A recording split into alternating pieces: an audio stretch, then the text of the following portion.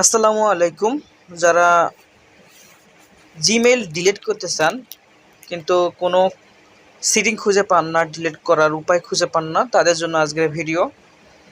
তো কিভাবে জিমেইল, একাধিক জিমেইল হলে কিভাবে জিমেইল ফোন থেকে ডিলিট করবেন সেটা আজকে আমি আপনাদেরকে দেখাবো। প্রথমে আপনার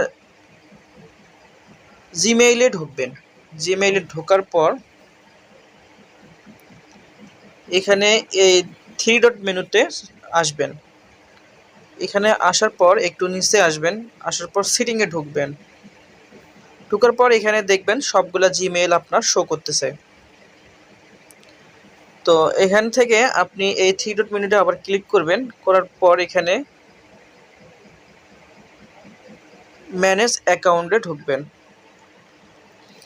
ঢোকার পর এখানে গুগলে একটা ক্লিক করবেন, করার পর এখান থেকে আপনি কোন জিমেইলটি ডিলিট করতে চাচ্ছেন তার উপরে ক্লিক করবেন। করার পর এখানে সিম্পলের নিচে আসবেন,